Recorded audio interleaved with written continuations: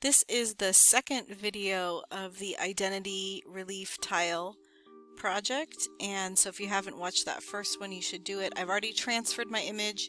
You can see I'm going in with my homemade carving tool. It's just that paper clip on a popsicle stick, and doing a really slow outline of the really largest thing. And this is in real time, and I want you to see how slow I'm going. I'm carving down less than 1/4 of an inch. This is just like my beginning. This is a pretty rudimentary tool, so I don't get really exact, and so I'm going to go from like really big broad tools, and then I'm going to get smaller and smaller. So you can see I'm just kind of going in the outline of the largest thing, and I'm taking my time. The tile is so wet. It is very, very wet, and so I am just getting some of that material off the top layer. The bottom part you should never carve more than about 1/4 inch down. The entire tile starts at 1/2 inch, and so you want to carve down maybe 1/4 inch, and that's it. So I'm just really taking my time on this first part and getting all this background carved.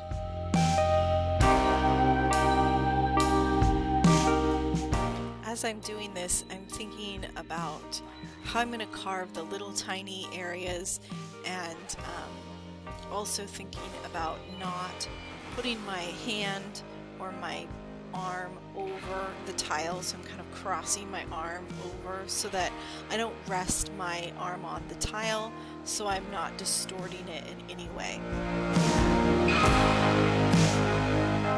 As you're doing this, I'm just putting a little bit, these little pieces of clay back into my hand so that I can just clean them up really easily. So every time I carve, I'm putting them in my hand and kind of squeezing, and then they won't be everywhere. Although they do get everywhere, and the little things that you carve out, those little bits you don't want to get back into your tile, so you want to make sure that they're kind of swept away, and then they can go just in the regular trash.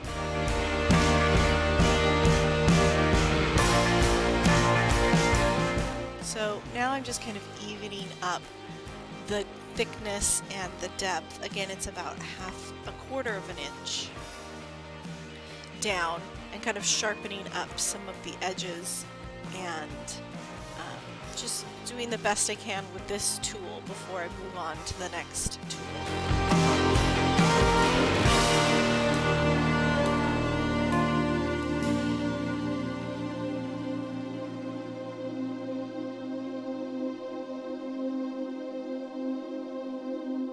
So I'm speeding it up here. You can see how I was collecting them in my hand. And then I'm just using the back side of that tool, popsicle stick, to just smooth down the ridges and smooth out the background. I'll be smoothing out the background and anything I carve out over and over again. Now I'm going in with my finger and smoothing out around and kind of making sure the entire edge of the tile is smoothed out as well. So you're going to do a lot of carving and then smoothing over and over again. Okay, so once I've got it in this situation, I'm going to start really thinking about where I want to carve next. And you don't want to carve the little tiny pieces next. You want to start carving the bigger areas. So I have this carving tool. It has a rounded edge and a flat edge. I really like the flat edge. I also have this carving tool, which is a little bit thinner, and this is a great tool to use. I really like using this one right here. And then I also have this kind of scoop here that has a sharp edge, and I like scooping things out. And the other side of that I'll also use a little bit later. So as I'm carving out, I want to leave a space where that purple line is. So I have to go very slow. This is actually sped up a whole bunch. See how I'm going around and leaving the edge at the top there. And then I'm going around the next thing, which is the apple, and just outlining it first. And then I can kind of carve away from the item.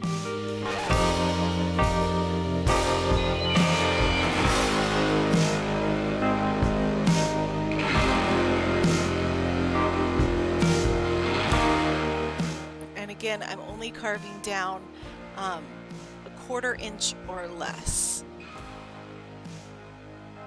And even though I have a tool with a smaller surface and I can carve into smaller areas, it's still kind of difficult. I still have to give myself reminders to be going slow. So I'm inlining the inside. So it's kind of like outlining, but on the inside, and just taking away as much of that material as I can. Like I said, I really like the tool with the flat edge. That paddleboard I'm going to have to save for last. There I'm using this kind of scoop tool to scoop things out. As this is happening, I'm realizing that it is getting harder to carve the little areas while it is super wet. So you might find this happens as well to you, and you might want to let it sit on your table for half an hour while you're maybe glazing something else, because this takes a lot of time, and it is easier when the clay is a little bit drier. Not quite leather hard, but maybe a soft leather hard. So I just kind of did a rudimentary cleaning out of the entire kind of background, noticing that I still left the edge of the pot there. So I have it, that whole edge is raised.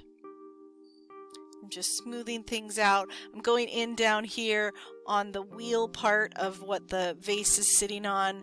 This was kind of scary for me because it was a tiny, tiny space. So I was trying to take my time, first outlining and then scooping out the inside.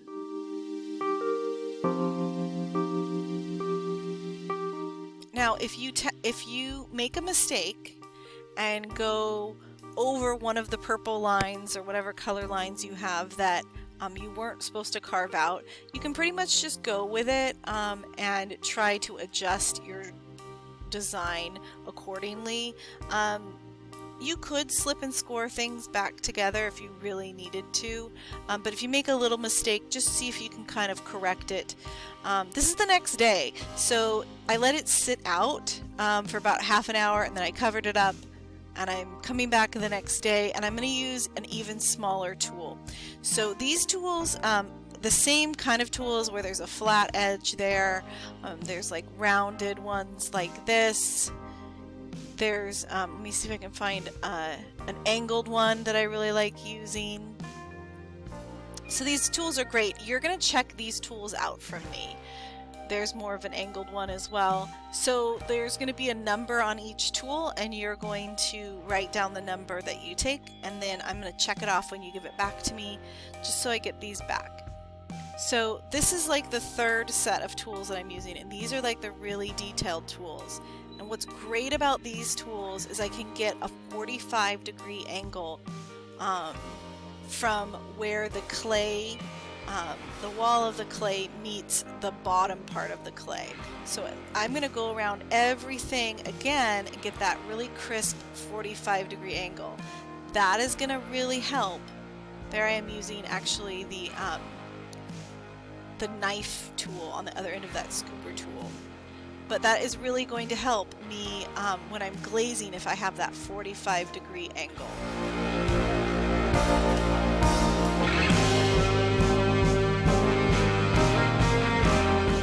So that knife tool is really nice. I use it more and more throughout the video, and I'm just slicing the clay and then scooping out around it, kind of like you would if you were slicing around the edge of a little grapefruit section before you scoop it out, if any of you eat grapefruit.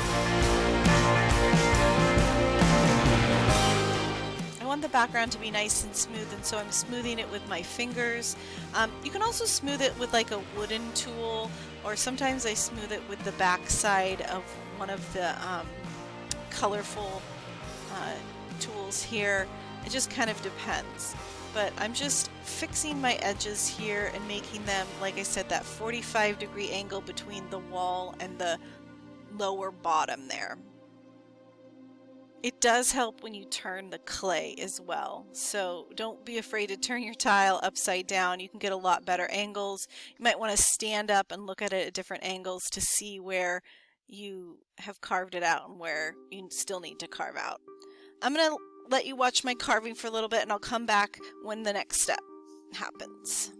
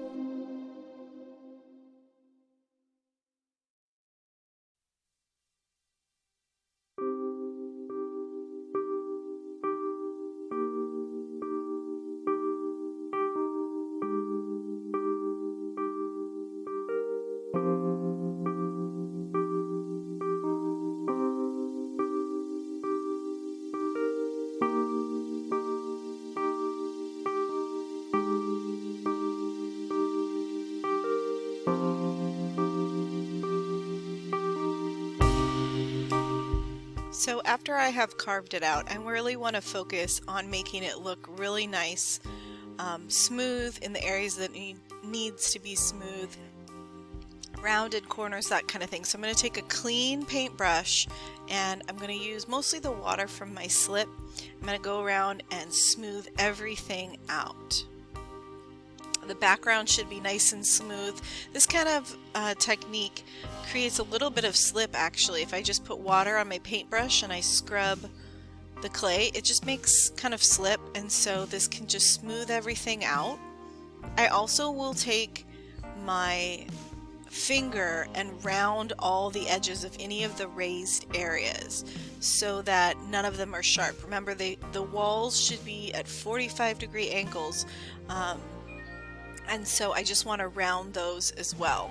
So go ahead and watch me do that.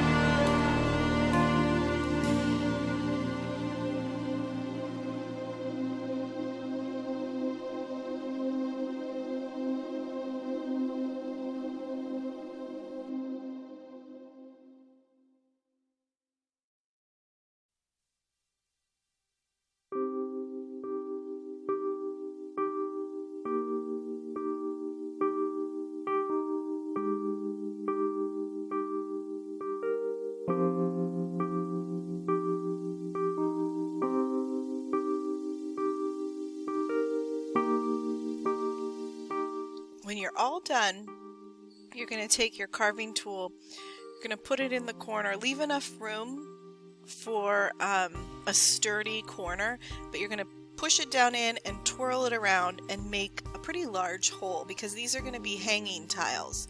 So make sure that the hole goes through the back. Mine didn't quite go through.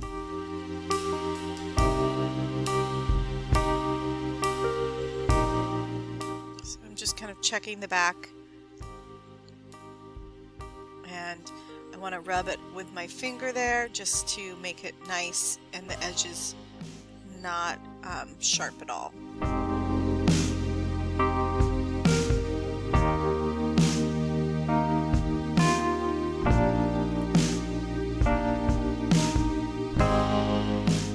So I got some of those carvings pieces in on my tile and they kind of attached. So that's what you really want to watch out for. Those little pieces that are carved need to be swept away, swept into a garbage, not on the floor.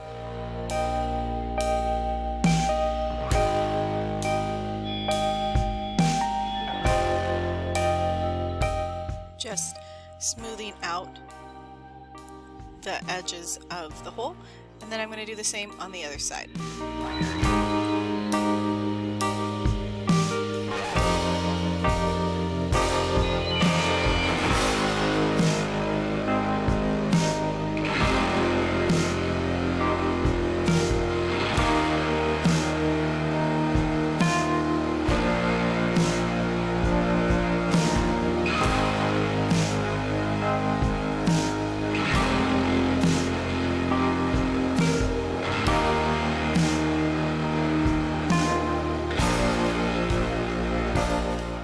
don't forget to write your initials and your period number on the back, and then you want to let it dry fully on your shelf, and then we can bisque fire it, and we'll talk about glazing in the classroom. So thanks for watching.